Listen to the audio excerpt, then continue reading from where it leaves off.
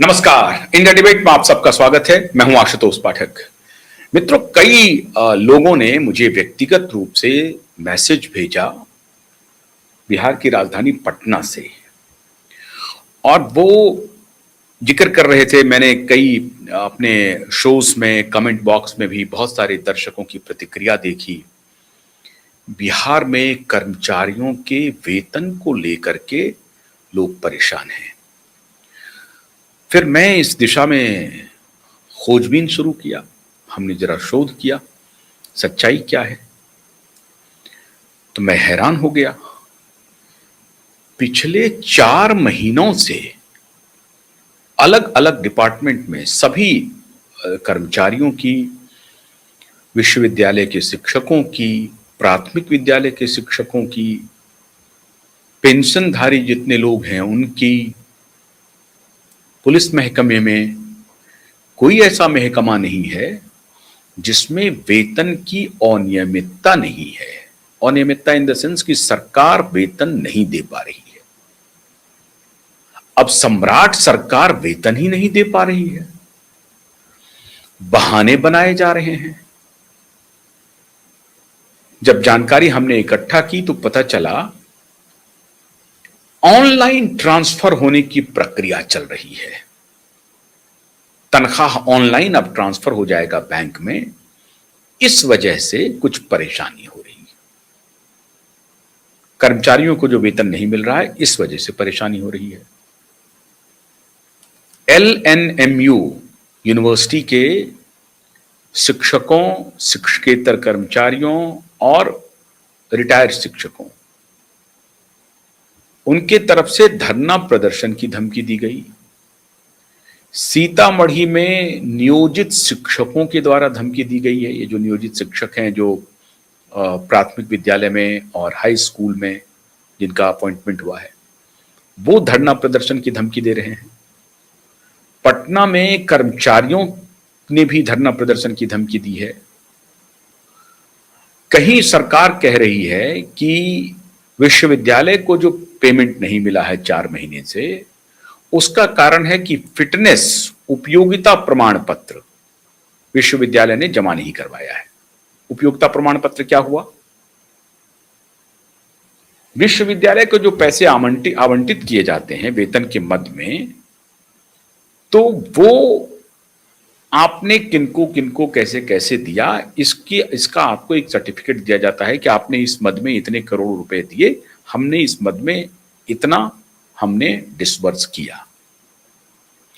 अब ये और भी एक्सपेंडिचर का होगा, एक्सपेंडिचर के प्लान होंगे, आपको पैसे मिलते हैं, आप पैसे कहाँ खर्च करते हैं, विश्वविद्यालय को जो टोटल पेमेंट हो रहा है सरकार की तरफ से अलग अलग विश्वविद्यालयों को, और जो एजुकेशन डिपार्टमेंट है जिसमें नियोजित शिक्षकों का ये है, उसमें तो डिस्ट्रिक्ट हेडक्वार्टर्स को, कमिश्नरी को और जो शिक्षा डिपार्टमेंट है उसको, सबको अपना सर्टिफिकेट भेजना पड़ता है कि आपने इस मद में हमें इतने पैसे दिए, हमने इस मद में उसका खर्चा किया।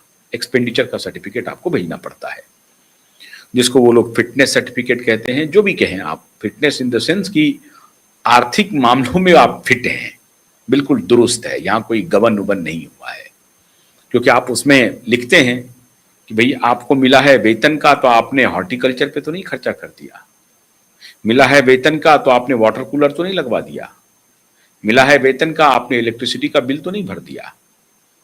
तात्पर्य उसका यह है कि जिस मद में पैसे आवंटित किए गए हैं उसी मद में पैसे खर्च हुए या नहीं हुए, इसका एक डिटेल्ड प्रोफार्मा आपको भर के सरकार को प्रेषित करना होता है। That is called A certificate. ठीक है, यह मांगा जा सकता है। इसमें देरी की वजह से 4 महीने हो गए। कमाल हो गया। इस तरह के सर्टिफिकेट के बारे में हर विश्वविद्यालय को पता है कि हमें इस सर्टिफिकेट को देना अनिवार्यता है हमारे लिए। अनिवार्य रूप से मुझे इस सर्टिफिकेट को देना ही देना है। तो इतने बेवकूफ है विश्वविद्यालय के कर्मचारी, इतना बेवकूफ है विश्वविद्यालय का एडमिनिस्ट्रेशन कि वो सर्टिफिकेट पहले से तैयार नहीं रखता है। ऐसा हो ही नहीं सकता, इम्पॉसिबल है। और अगर कोई विश्वविद्यालय इस तरह के सर्टिफिकेट को प्रेषित नहीं किया है, इसका मतलब है कि इनकॉम्पिटेंट है वहां का एडमिनिस्ट्रेशन।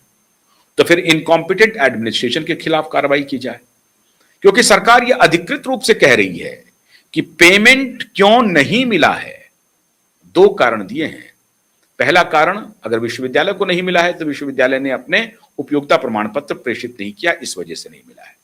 कर्मचारियों को जो वेतन नहीं मिल रहा है, उसके पीछे उन्होंने कारण बताया है कि ऑनलाइन ट्रांसफर का सॉफ्टवेयर अपलोड हो रहा है या अपडेट हो रहा है, या उसमें कुछ तकनीकी परेशानी आ रही है, इस वजह से हम पैसा ट्रांसफर नहीं कर पा रहे हैं। ये दोनों बहाने बनाए, ये सच से कोसों दूर है।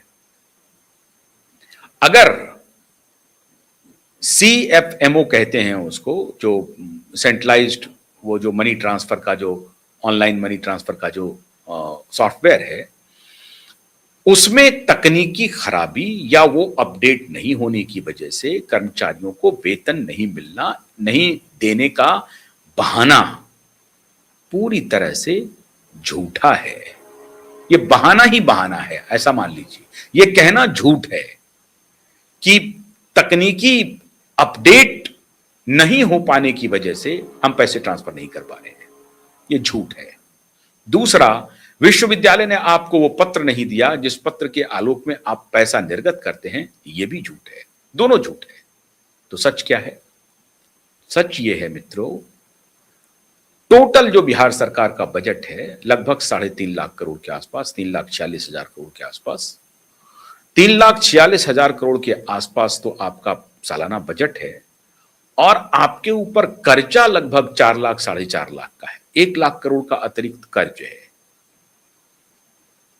अब आप 23,000 करोड़ रुपए आप उस कर्ज का भुगतान करते हैं, सालाना उसका इंटरेस्ट पे कर रहे हैं, लगभग 63-64 करोड़ रुपया प्रत्येक दिन के हिसाब से ये आप कर्जा पे कर रहे हैं। अभी खबर उड़ी थी कि RBI के गवर्नर ने, तब वित्त मंत्रालय इनके पास था, श्रीमान गृह मंत्रालय था, वित्त मंत्रालय नहीं था, गृह मंत्रालय था, जब सरकार परिवर्तित नहीं हुई थी, नीतीश कुमार की सरकार थी।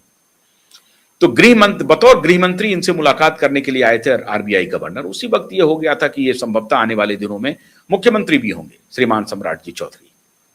अब सम्राट जी चौधरी जब आए तो उनको खजाना मिला है खाली, लेकिन इस बात पर लिपापोती हो गई क्योंकि भारतीय जनता पार्टी सरकार में शामिल है, उस वक्त सरकार में शामिल थी, डिप्टी चीफ मिनिस्टर थे और होम मिनिस्टर भी थे, जो आज के मुख्यमंत्री हैं।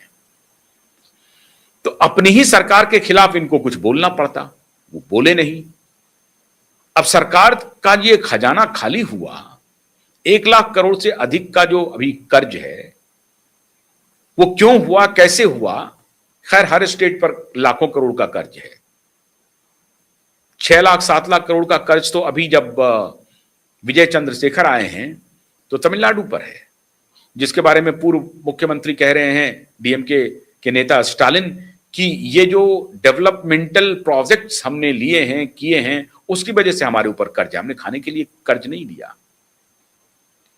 कर्जा जो लिया जाता है स्टेट्स में, और ये जो आप देखते हैं कि हजारों करोड़ रुपए की प्रॉपर्टीज कुछ ब्यूरोक्रेट्स बना लेते हैं, स्विट्जरलैंड, ऑस्ट्रेलिया, अफ्रीका, पता नहीं कहां कहां जमीनें खरीदते हैं और फ्लैट खरीदते हैं, अपनी संपत्ति बनाते हैं, और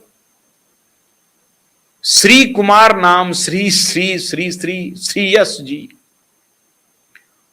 जी आ जाते हैं, श्रीमान श्रेयस जी आ जाते हैं प्रकाश में, और श्रीमान श्रेयस जी के हवाले से विदेशों में प्रॉपर्टी बनती है, हजारों करोड़ रुपया खजाने से बाहर निकलता है और पार्क हो जाता है विदेशों में। आम जनों को, आम लोगों को, आम कर्मचारियों को, नियोजित शिक्षकों को, अनुबंध पर काम कर रहे शिक्षकों को, विश्वविद्यालय के शिक्षकों को, प्राथमिक स्कूल, हाई स्कूल के शिक्षकों को वेतन क्यों नहीं मिल रहा है? इसलिए कि सर्टिफिकेट नहीं आया है, इसलिए कि ऑनलाइन ट्रांसफर की प्रक्रिया की जा रही है, चाहे वो पुलिस डिपार्टमेंट हो, चाहे वो हेल्थ डिपार्टमेंट हो, एजुकेशन हो, जनरल एडमिनिस्ट्रेशन हो, हर डिपार्टमेंट में वेतन में देरी है। अब आप सोचिए, आम जन तो सिर्फ तनख्वाह पर ही आश्रित है, वो तो कोई व्यवसाय करता नहीं है। अब सेविंग निकाल करके वो खर्चा करते रहे तो 1 महीना, 2 महीना, 3 महीना, 4-4 महीने आप पेमेंट नहीं देंगे तो क्या हालत होगी। अभी खबर आई कि प्राइवेट स्कूलों में बच्चों की फीस नहीं दे पा रहे हैं पेरेंट्स, बच्चों का फीस नहीं जा पा रहा है। क्या कारण है? तो पेमेंट नहीं है। विधायक बल्ले बल्ले हैं, मंत्री बल्ले बल्ले हैं, काफिला चल रहा है, लालू जी का बंगला नहीं मिल रहा है, बंगला खाली करने के लिए दिया जा रहा है। खबर बन रही है, चर्चाएं हो रही हैं।